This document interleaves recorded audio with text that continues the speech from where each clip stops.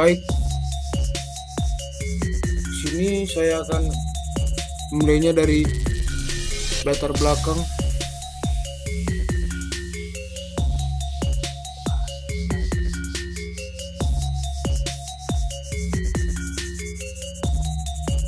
Lanjut ke studi literatur Nusantara mungkin adalah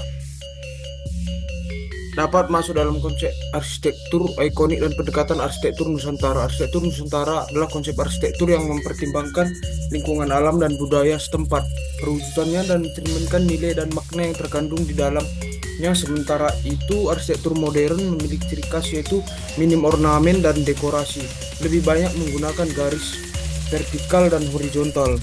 Model bangunannya didominasi dengan bentuk kotak. Beberapa konsep desain arsitektur yang umum digunakan yaitu minimalisme, fungsional, ekspresisme struktural, artefak urban, dan sebagainya.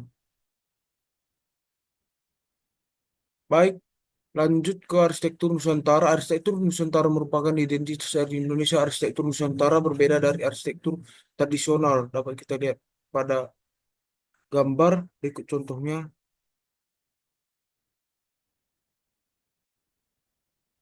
Lanjut ke arsitektur postmodern. Pengertian arsitektur postmodern, langgam arsitektur yang menghubungkan dan melampaui setiap masa yang telah terjadi atau tradisional dan modern, masa sekarang, atau purna modern dan postmodern dan masa yang akan datang atau futuristik. Lanjut ke studi literatur metode perancangan. Arsitektur implisit metaklasisme. Arsitektur implisit yang fokus pada pencarian geometri-geometri baru dengan presiden karya-karya Philip Johnson dan Oscar Niemeyer.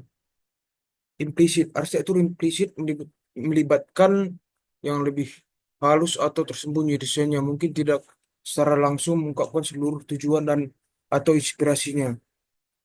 Presiden arsitektur karya Philip Johnson dan Oscar Niemeyer. Menara perkantoran kembar yang dikenal sebagai Butera de Eropa 1 dan 2 yang terletak di Madrid, Spanyol menentang konvensi umum pembangunan gedung pencakar langit. Dapat kita lihat pada gambar.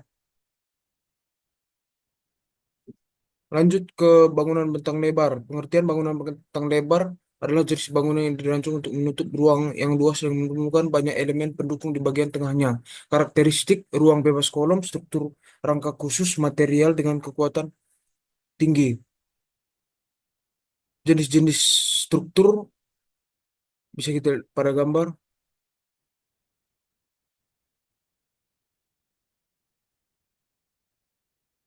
Lanjut ke studi literatur pola ruang pasar. Satu, zoning ruang.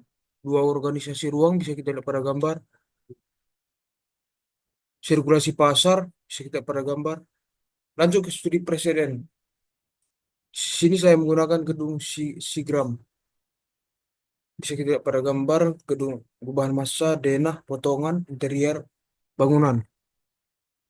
Studi presiden 550 Madison bisa kita lihat pada gambar. Lanjut ke studi presiden Glasshouse.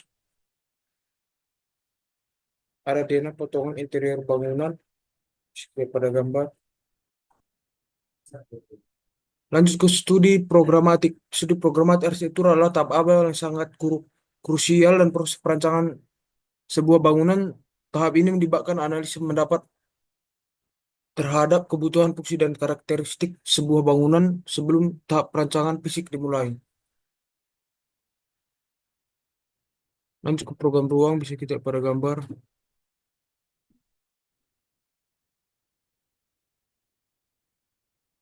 Studi literatur, studi stereotomi inspirasi Nusantara motif beribil pada dinding bangunan bisa kita lihat pada gambar.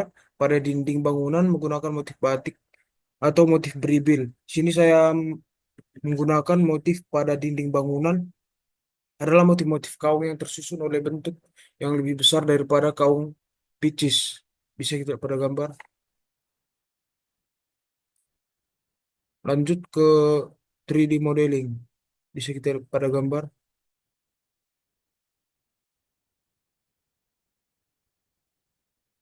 Selanjutnya bisa kita